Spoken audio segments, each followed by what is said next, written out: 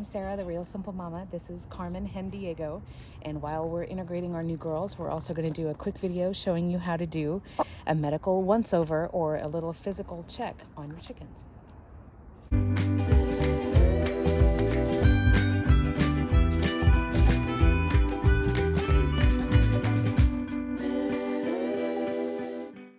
While we're at it, this is how I hold a chicken who's a scared new chicken. But notice the two things are that her feathers and her wings are up against her body, so I can't hurt her shoulders or any of the bones in her wings. Hi, Chichi. And then if you notice my other hand, I'm supporting her feet. Chickens don't like the sensation that they're falling, so one hand is holding her up against me. What is that? And then the other hand is supporting her feet. So normally when I do a medical check, and honestly with me, with my established little flock, I only have to do it once every few months. But it's easiest to do a medical check on your chickens once it's dark and your chickens are in bed. And then what I basically do is I have my little headlamp on, and I go in and open up the coop once they're already on the roost bars, and I just grab a chicken and I do a little once over. And what we're doing is just looking at everything to do just a basic physical, and we're making sure that there's not a chicken trying to mask or hide any kind of injury, illness, any other weirdness, deficiency that might be going on. Because chickens are flock animals, they like to hide any kind of weaknesses, whether they're hurt or they're not feeling well, and you won't know unless you do a medical check until your chicken is really, really bad, like maybe close to death. They don't want to be picked off by a predator. It's all right. It's all right. It's all right.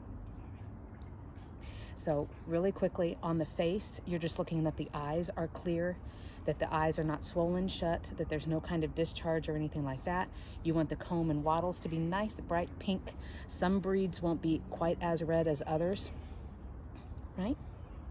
You don't want to see any kind of runny nose or congestion that can come out of their nostrils or be coming out of their beak. Chickens normally cannot vomit.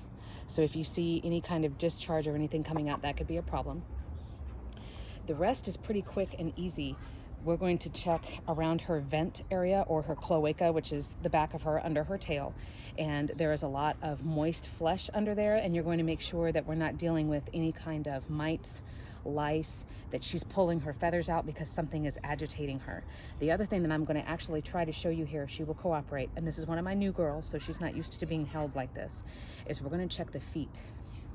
Now there's a couple of things that you will check on the scaly skin down on your chicken's legs and their feet. And unfortunately, if you don't have somebody to help you, you may have to hold them upside down for just a second. But remember, on my video on how to not hold a chicken, you don't want to keep them either upside down or on their back for a long period of time, as you will actually asphyxiate your chicken within 2 or 3 minutes. So on the scales of their legs, you're checking for a really nasty parasite called Scaly Mites. And if you think of the scales on your chicken's legs almost like feathers, and that they are layers that just lay on top of each other, a scaly mite will pry up one of the scales on your chicken's legs and burrow inside and get into the flesh underneath. So you're looking for scaly mites. And then the other thing we're going to check is, while we're at it, if you haven't clipped your chicken's wings for the season, it's all right. It's all right. It's all right. If you haven't checked the chicken's wings for the season, we clip one wing once a year. I've got videos on that. If your chickens haven't molted, you don't have to do it again because those feathers aren't constantly growing. We're going to check the nails, and that's why she's scratching me up, to make sure that your chicken's nails are not super long. If they're able to dig around and free range, then chances are their nails will file down naturally. But if not, get one of those dog guillotine nail clippers and trim them just a little bit. It's all right, Carmen. It's all right. The other thing on the feet is we're going to check the pad of the palm of their foot, so the center where all of the toes meet, and we're going to look for something called Bumblefoot. And Bumblefoot is like the bane of my existence, and I hate it. And Bumblefoot is a staph infection, but because chickens are farm animals, they're living out and scratching around in the dirt and where they poop, the staph infection can get into their blood and it can end up killing your chickens. So for a bumblefoot, we're wanting the flesh down there in the palm to be spongy and pink. We're not worried about it being dirty. And if your chicken's feet are really dirty, just let them soak. Put them in a bucket with a little bit of warm water, just a couple of inches for a minute, and then you can do this part of the medical check. But this is the part where you're going to have to actually move your bird around some. It's all right, Carmen. She's never been in here before either. All kinds of new stuff at the same time, huh, girl? but we're gonna check for that pad, that palm. And what we don't want is any kind of circular scab looking thing that's either black or red. We don't want any kind of inflamed flesh.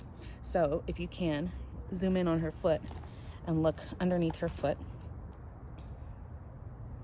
Yeah, can you see it? So there is a little hard kernel that I feel right there. That's the beginning of Bumblefoot. And that's what we're looking for. That's bad. And you can see my videos on treatment that doesn't involve surgery. It doesn't involve like a surgery that you do at home, I mean, where you cut that out with a knife. But what's gonna happen is that scab is gonna turn into, it's a hard, pussy kernel that you're gonna have to get out of there because you don't want the infection to get into their blood. So those are all the quick things that we're looking for. We're looking for just signs of malnutrition, that they're pale, they're listless, they're way too skinny. You're looking for the scaly mites. You're looking for mites and lice. The best place to look, like I said, is under their tail, around the vent, and then we're doing a check of the feet.